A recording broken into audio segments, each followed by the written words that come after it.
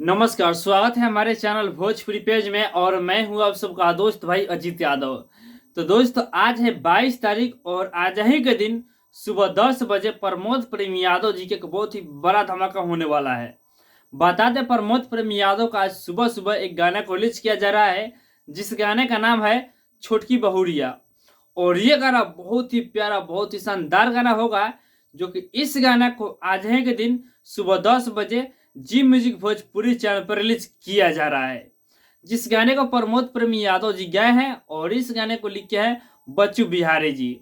जो कि ये गाना बहुत ही प्यारा बहुत ही शानदार गाना है जो कि आज ही के दिन इस गाने को जी म्यूजिक भोजपुरी चैनल पर रिलीज किया जा रहा है। तो आप लोग तैयार रहिएगा इस गाने को सुनने के लिए सुबह 10 बजे जी म्यूजिक भोजपुरी चैनल पे। जी तो यही अपडेट है, इसके बारे में क्या कहना चाहते हैं कमेंट बॉक्स में जरूर बताइएगा। तो बाकी इस वीडियो के यही समाप्त करते हैं, फिर मिलते हैं किसी नए अपडेट के साथ। तो हमारे इस चैनल पर पहली बार आए हैं तो चैनल सब्सक्राइब जरूर कर लीजिएगा क्योंकि इस चैनल पे प्रमोद प्रेम यादव का हर अपडेट सबसे पहले आपको मिलेगा।